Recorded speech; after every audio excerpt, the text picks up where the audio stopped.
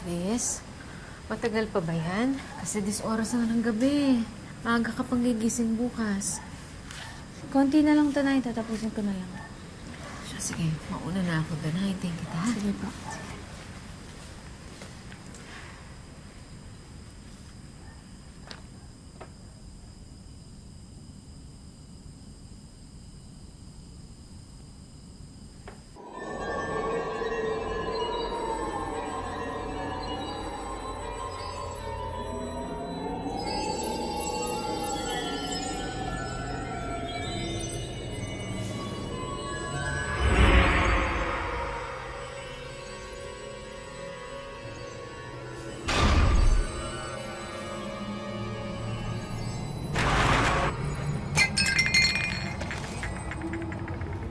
Nay! Nay! Nay! Nay! Nay, may multo! Nay! Nay, gumising ka. May tao sa labas! Nay!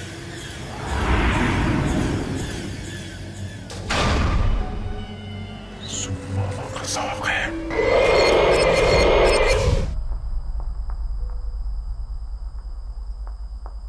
Nay!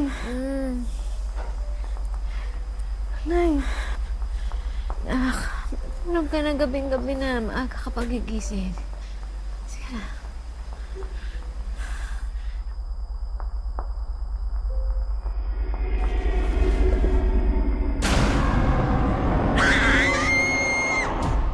May mga bagay na sadyang mahirap ipaliwanag at paniwalaan. Ngunit para sa mga dumaraan sa ganitong pagsubok, ito'y isang kalbaryong mahirap labanan at makalimutan. Tampok po ngayong hapon ang kwento ng isang dalagang hindi lang kahirapan ang pilit niyang nilalabanan. Dahil may isa umanong misteryong elementong lubos na nagpapabigat daw sa kanilang buhay. Magandang hapon po mga kapuso, ito po ang Wish Ko Lang. Makakain na kayo. Teka, Chris! Chris, tanghali na! Kain na! Teka. Anong oras ka ba nakatulog kagabi? Ang likot-likot mo sa kama? Pati ako napuyat. Sama kasi ng panaginip ko na eh. Nakakatakot, binangungot po ako. Ayan, kasi, imbis na pag-aaral na atupag mo, puro panonood na nakakatakot ginagawa mo. Pero Nay, para kasing totoo talaga eh. Ay, Diyos ko, anak, tumigil ka nga. Hindi ka na bata. Alam mo, ang katakutan mo, tao, hirap, tagutom. Hindi yung multo-multo na yan. Nay, yung baso ko pala. Bakit sa akin mo hinahanap? Diyos ko naman, anak, sa dinami-dami na ginagawa ko dito sa bahay, pati ba naman yun, hahanapin mo sa akin? Hindi ko alam. Nasaan? At ikaw naman, senyorito, baka naman gusto mong bilis-bilisan mo na dahil tanghali na, mamamasada ka pa. Ito na nga, sus! Halos hindi ko naman nilalain ko eh. Pati nga sa sarili mga kamay ko, hindi na ako nakatulog. Tapos, nakakawin na ako. So, ang dami-dami mo pang sinabi. Sa bilisan mo natin kasi...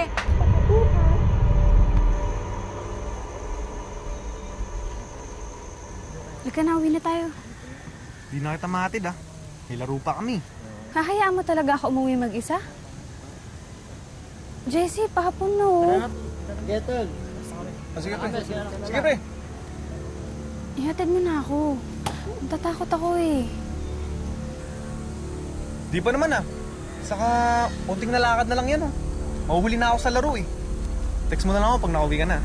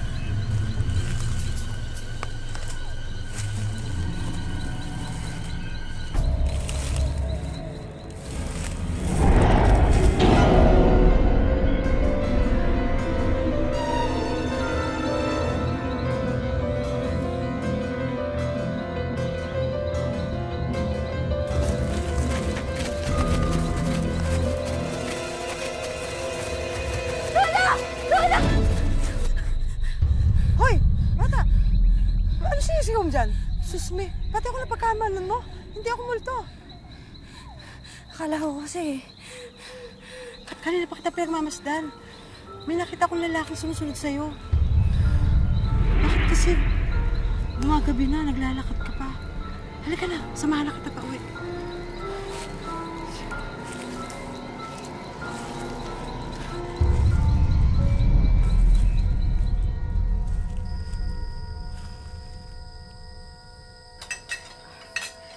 Chris, ano ba yung mga pinagsasabi mo? Alam mo, ang dami-dami na nating problema sa buhay. Yan pa talagang inaatupag mo? Bili ka na nga dyan. Atupagin mo yung pag-aaral mo. Dahil baka sa susunod na taon, doon na kayo mapag-aaral. Siya nga pala, sinisingil na tayo ng utang natin. Eh, di ko na rin din alam saan tayo makakakuha na ipambabayad natin doon. Sige, sige. Susubukan mo hanap ng iba pang pagkakakitaan. Eh, bukas nga pala, ha? Kailangan natin dalawin ng nanay dahil may sakit daw. Chris, kayo munang bahala dito, ha? Total, Sabado naman bukas, eh. Buong araw kaming mawawala. sige po. Yan, magpolvo ka para pagdating niya na nanay, presko ka. Yan. Ganda ng kapatid ko.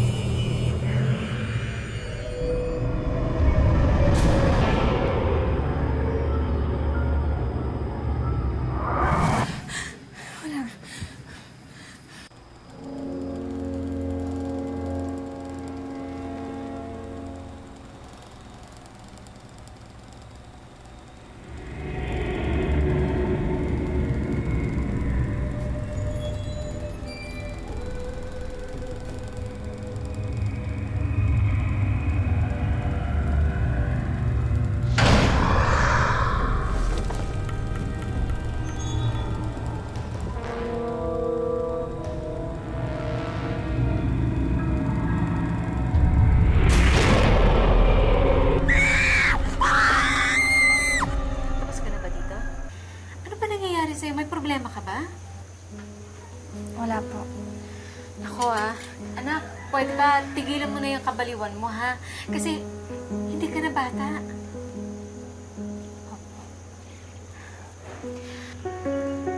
Diyos ko naman, ano ba naman to? Ang dami-dami ko nang iniintindi dito sa loob ng bahay. Pati ikaw sumasabay. Sige po. Alis na po ako.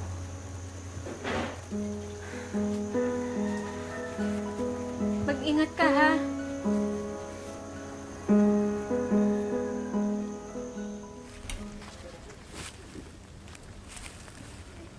Uy, kausapin mo na ako. May nagawa ba ako? Wala. Babe, kanina pa ako nagtatanong. Ano pa bang gusto mo? Ipaliwanag mo sa akin. Malay mo, matulungan kita. Hindi yung ganitong papakiramdaman lang tayo. Paano kung ipapaliwanag sa'yo kung pati ako hindi ko naiintindihan? Kasi yung totoo, natatakot ako. Natatakot ako sa mga posible pang pwedeng mangyari. Ang kailangan ko lang sa'yo ngayon, intindihin mo ko. Unawain mo na lang yung sitwasyon ko. Anong pag-iintindi pa bang gusto mo? Ano, lubayan na kita? Hayaan mag-isa? Siguro kaya ka nagkakaganyan kasi may bago ka naman liligo, no? Siguro kaya ka nagkakaganyan kasi gusto mo na akong palitan. Hindi sa ganun. Ang gusto ko lang... Ang gusto mo lang, mapag-isa. Sige, naiintindihan ko na. Bibigyan na kita ng pagkakataon para mas makilala mo po yung bagong manliligaw mo. Jesse!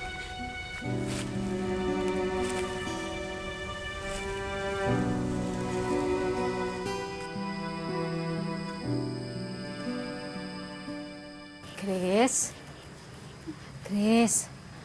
Bumangon ka na dyan. Chris, ano ba? Chris, may sakit ka ba? Wala po na. Masama lang po yung pakiramdam ko. Sandali lang. Kukuha lang ako ng gamot, ha? Nay. Nay, huwag mo kang ingat. Ano ba pinagsasabi mo? Kukuha lang ako ng gamot. Nay, parating na siya, Nay. Ay, nako. Dito ka muna. Kukuha lang ako ng gamot. Sandali, ha?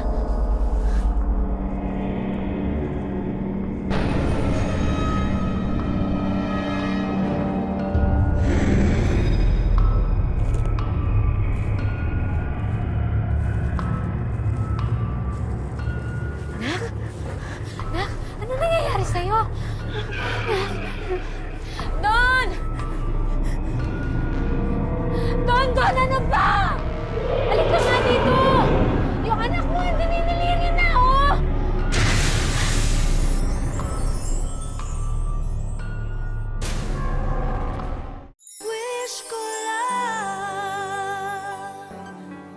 Ang misteryosong lalaking panay na nagpaparamdam daw kay Chris ay tila sumanib na raw sa dalaga.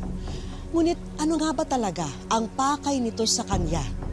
Tunay na nga bang sinasaniban siya o sadyang may mabigat lang siyang pinagdaraanan?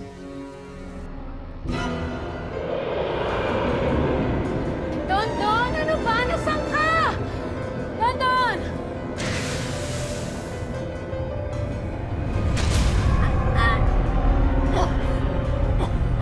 Anak! Ako! Please! Ano nangyari sa'yo? Anak! Nanay mo yan, anak!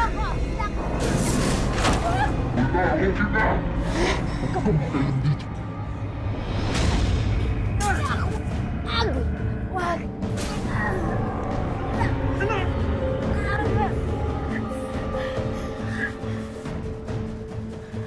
Nay?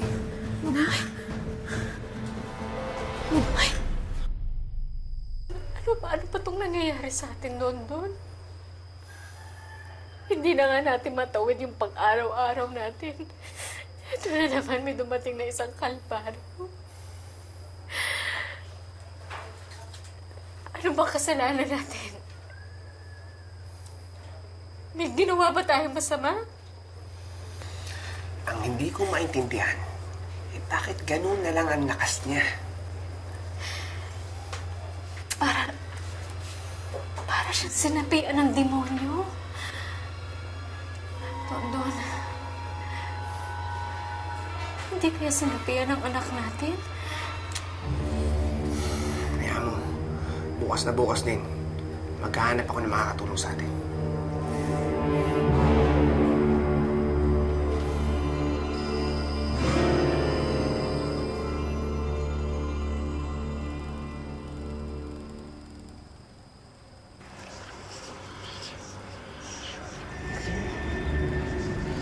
Chris?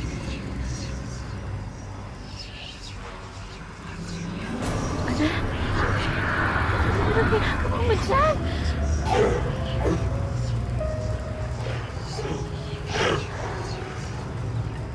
Chris, ano ginagawa mo dyan?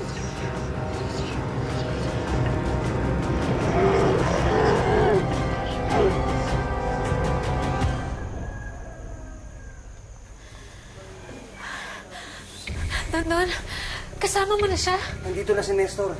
Yung hila na pinakilala sa akin ng kaibigan ko. Nasaan po ang anak ninyo? Nandito pa. Halika. Pasok!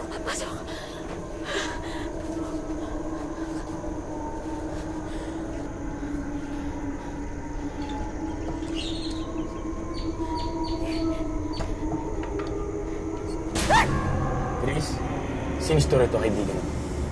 Tutulungan kita. Wala akong kaibigan! Bakit mo naman nasabi yan? Nandito ako para tulungan ka. Kaya huwag ka na matakot. Alisin mo na yung kumot na yan. Huwag ka akong gayuhan! Hindi kita ginugulo! Chris! Bakit niyo siya? Chris! Kaibigan ako! Andito ako para tulungan ka! Wala akong kaibigan! Hindi kita kaibigan! Hindi ko tutulungan! Hawakan niyo! Hawakan mo mabuti! Chris! Hawakan mo mabuti! Chris! Hawakan mo mabuti! Tutulungan kita! Kaibigan! Kaibigan mo ako! Higa, higa, higa, higa.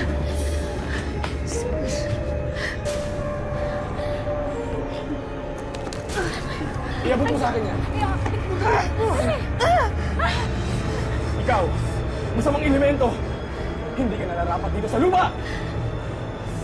Umalis ka sa katawan ni Chris! Chris! Lumabas ka! Huwakan mo mabuti! Sa kaya makawala! Tulungan niyo ako, Nay! Huwag ka maniwala! Okay ka lang! Tulungan mo ako! Okay ka lang! Tulungan mo ako! Chris! Lumabas ka! Okay ka lang! Okay ka lang! Nay! Chris, lumabas ka! Umalis ka, masamang elemento! Pag hindi ka umalis, papahiyapan ka na lalo! Ayan! Ayan pa!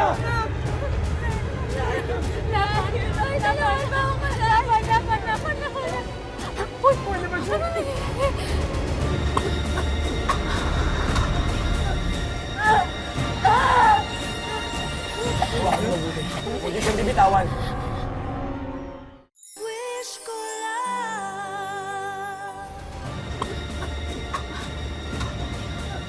Huwag mo mabuti. Huwag niyo siyang bibitawan. Chris! Lumabang! Chris, lumabang ka! Ihiga niyo siya!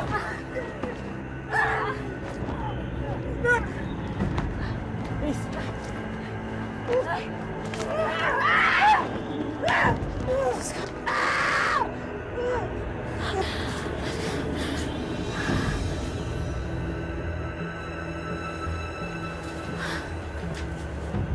Chris! Alisin na natin to! Bobo talaga ako makita.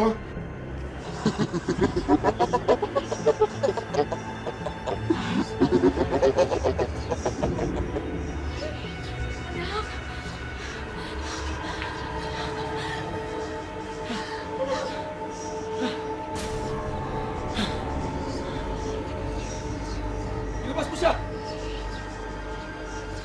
Ano ba ang gusto mo kay Chris? Nasaan si Chris? Ilabas mo siya! Ano ba ang gusto mo kay Chris? Asahan ko siya. Chris? Chris! Asan si Chris? Oh! Tulungan niyo ako! Mga Chris, lumabang ka! Kaya huwag mo lang nagambalain pa si Chris! Kung hindi, mas lalo pa kita mahihirapan! Lumayan mo na si Chris!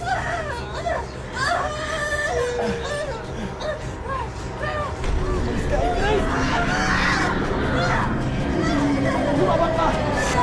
Lumayan mo, Chris! Chris, tulungan mo siya. Sige na. Itayin niyo po, hawakan niyo. Salamat sa Diyos. Nakabalik niya si Chris.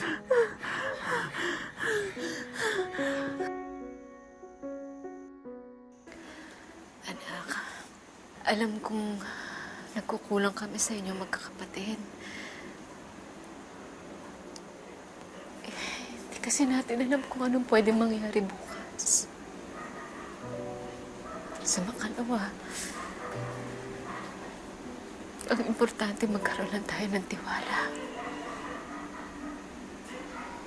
Anak, magtiwala ka lang sa amin ng tatay mo. Dahil gagawin namin ang lahat para mapabuti ang kinabukasan mo.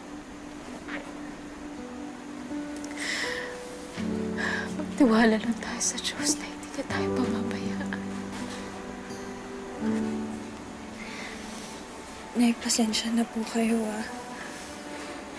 Hindi ko rin naman po gusto yung mga nangyari.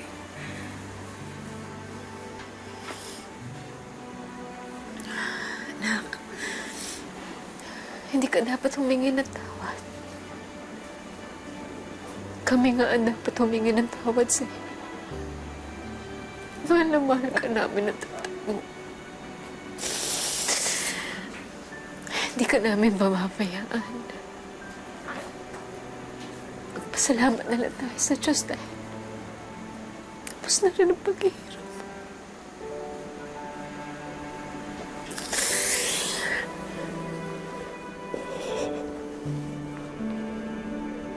Sa tulong ng isang paranormal healer, tuluyan na raw nilisan ng masamang elemento si Chris.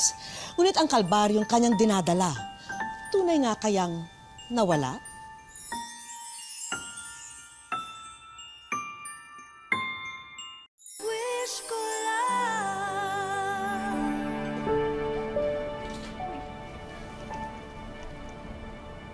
Nag-review ka ba? Hindi nga ikaw ba? Sigurado ka ha, mamaya magtatanong-tanong ka na naman sa akin. Hindi, kaya ko yan. Ako pa. Hihirapan tayo tumakas. Hindi mo mahirap yan. Basta nag-review ka. Ikaw, nagawa mo na ba yung assignment mo? Oo. Tapos na tayo niyan. Magtiwala ka lang. Uy! Tapos na yung klase ng elementary ah. Bakit nandito ka pa? Chris, okay ka lang? Oh. Kit-kit mo naman. Ano bang gusto mo?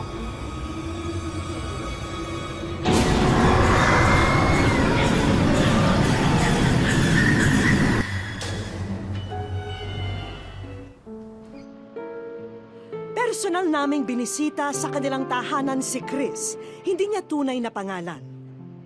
Paglalahad ng dalaga, hindi raw naging madali ang kanyang pinagdaanan mula nang ilang beses di umano siyang masapian. Nung pagkatapos po nangyayari sa akin yun, parang bumukas na nga po yung third eye ko. Nakikita ko na po yung mga hindi nakikita ng iba. There are many reasons kung paano nabubukas yung tinatawag nating third eye. Third eye ang sabi nila, pero it's generally called the sixth sense. Nag-o-open yung kanyang chakra, nagko-connect siya sa ibang dimensions. Minsan nakakatakot din po. Kasi bigla mo na lang po silang makakasalubong. Minsan po tatakotin ka nila, gugulatin. Natatakot po, kaya lang hindi ko po alam. Kaya kung minsan po may time na nagtatanong ako, paano pa po ba kami mabubuhay ng normal, gaya ng dati? Sa ngayon, pinipilit ni Chris na gawin muling normal ang kanyang pamumuhay at tanggapin ang kanyang naging kapalaran. Isang payo rin ang kanyang iniwan para sa mga taong nasa kagaya niyang sitwasyon. Huwag po nilang pansinin, huwag po silang matakot. Tapos pagka naman po, humingi sa kanila ng tulong, kausapin na lang po nila para tigilan sila.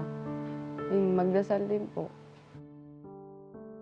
Nitong February 2017 daw, nang huling sinaniban si Chris at sa tulong ng isang paranormal expert, lumayo na raw ang elementong nanggugulo sa kanya. Pero baka may iba pang paliwanag kung ano nga ba ang nangyari sa dalaga. Kaya dumulog po kami sa isang psychologist upang alamin kung may ibang pang dahilan sa ikinikilos noon ni Chris.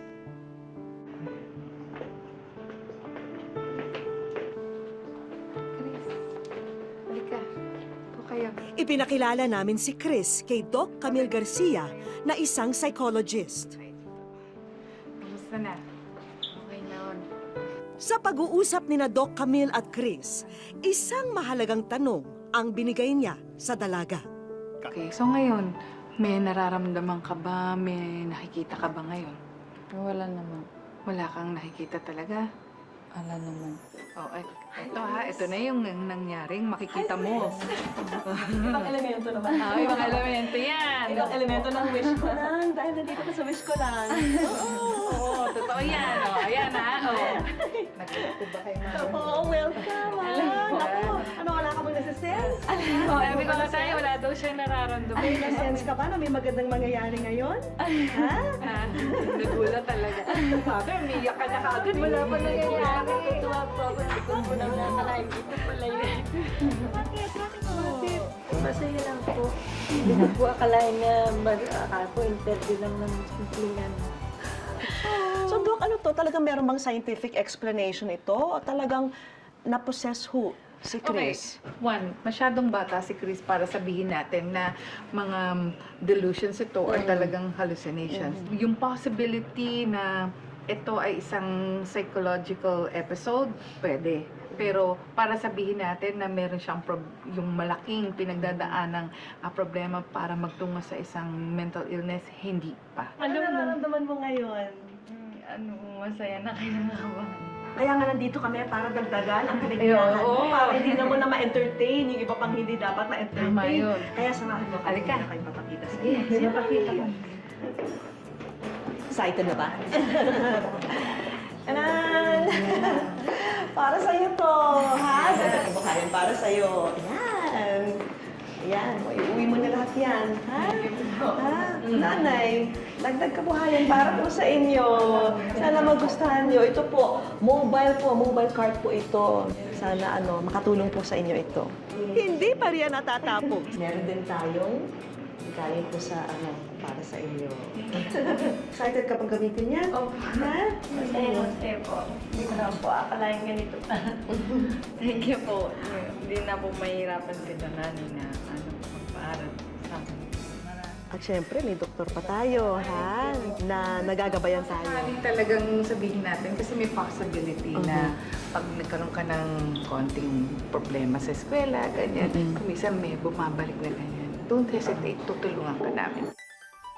Kung may mga bagay raw sa ating buhay na hindi natin lubos maintindihan, ang tanging panabla raw rito ay ang tiwala sa ating sarili at mga mahal sa buhay. Mahalaga rin na tibayan ang ating pananampalataya upang tayo'y patuloy na gabayan. Magandang hapon po mga kapuso. Ako po si Vicky Morales at ito ang Wish Ko Lang. Huwag kang susuko, kaya mo itong abutin. Ang first lesson sa pagtuturo, dapat iparamdam mo sa kanila, sa puso nila, na ang hangarin mo talaga ay mapabuti ang buhay nila. Kumaingay. But sandali, saan mo ako dadalhin? Akala ko ba? Saan kumaingay? Narinig mo pala plano namin. Bigay mo sa akin si Ma'am. Akin na! Akin!